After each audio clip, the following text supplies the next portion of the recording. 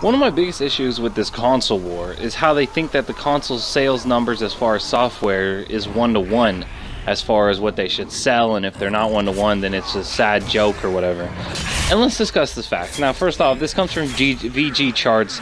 They're not 100% facts, but they're like a good rough estimate, and so it's good enough. We'll call it just from. I believe the sales numbers are they're close enough that you can make a good guess that you can make a good guess. So, first off, so the Xbox has sold 18.1 million roughly, and the PlayStation 4 has sold 33.2 million. So that's almost a 2-to-1.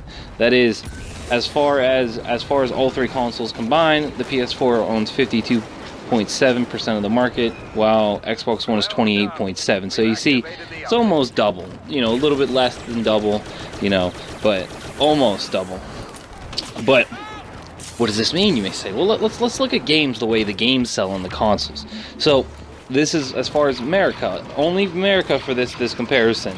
So for Call of Duty Black Ops 3, I brought this up before, but in America on the PlayStation 4 it sold 2.8 million in America, but on the Xbox One in America, Black Ops 3 is sold 2.5 million, almost 2.6. So what's that say? More people in America prefer to play Call of Duty Black Ops 3 and buy it. So that's just facts. It doesn't really mean anything, but it's just facts. Interesting nonetheless. In America, Star Wars Battlefront sold 1.7 on the PlayStation 4.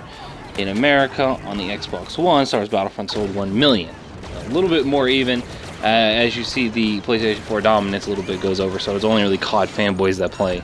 Only COD fanboys in America, they pretty much bought Xbox, or they bought an equal amount of Xbox and PlayStations.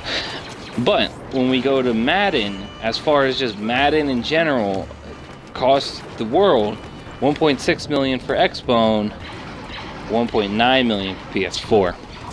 So what's that say? Well, as far as console sales go, more people that have Xbox prefer Madden than almost double the market. So the game sells almost more on the lesser platform. So what does that mean? Well, that means that no matter what the market share is, it comes more down to the game.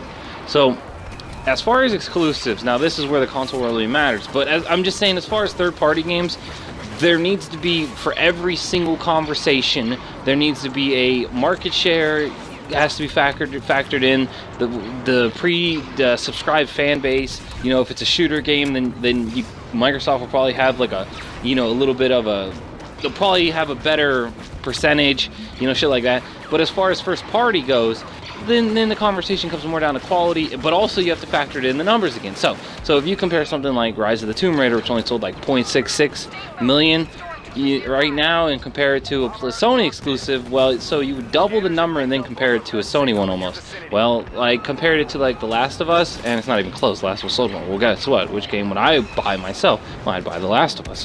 So this video is supposed to be shitting on PlayStation fanboys, and it is to an extent where I'm saying that this is bullshit if you just go, oh, let's compare heads up sales numbers, because sales numbers for software, you have to grade out a curve, and if you grade out a curve, guess what? Xbox is, I'm not saying the American market matters more, I'm just saying that as far as the American market goes, then the Xbox One, sells, Black Ops and Battlefront better, and sells Madden worldwide better. So just don't get all high and mighty. Now, as far as first party exclusives, then I think the better one will usually sell more. But if we compare, like, there was like an argument, about like, Rise of the Tomb Raider brought in, but Rise of the Tomb Raider didn't sell not because it was Doodle Game or something, it was because it was going against Fallout 4. But if you compare, like the Halo in its prime, and you compare it to maybe Sony's best, then it's a little bit different of a discussion.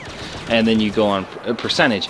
But I will say this, that as far as the console war goes, and if someone's a Sony fanboy and you're a Microsoft fan, well, not a fanboy, but if you're just a Microsoft person, just remember that you have to factor in, you have to cut their number, you have to double the Xbox number, then talk. And then you might go, well, yeah, they still beat me.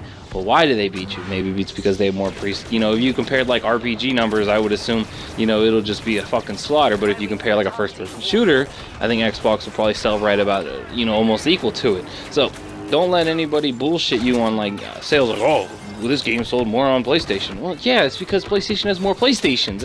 It's just facts. Like, it's just stupid. Like, if they disagree with you or anything to that extent. So the point of this video is that at the end of the day, if a Sony fanboy tries to tell you that, oh, this game sold more on PlayStation, well, it's probably because there's more PlayStations. But if you there's an easy way to figure out if it really did sell more, if it sold more because it was on PlayStation, or if there's just because there's more PlayStations. You know, there's more factors than Sony fanboys like to think. And yeah, it's multi-layered, and you have to actually use your brain cell to figure out shit. But this has been Gangster 7, dropping some facts. Peace out. Make it, cheers.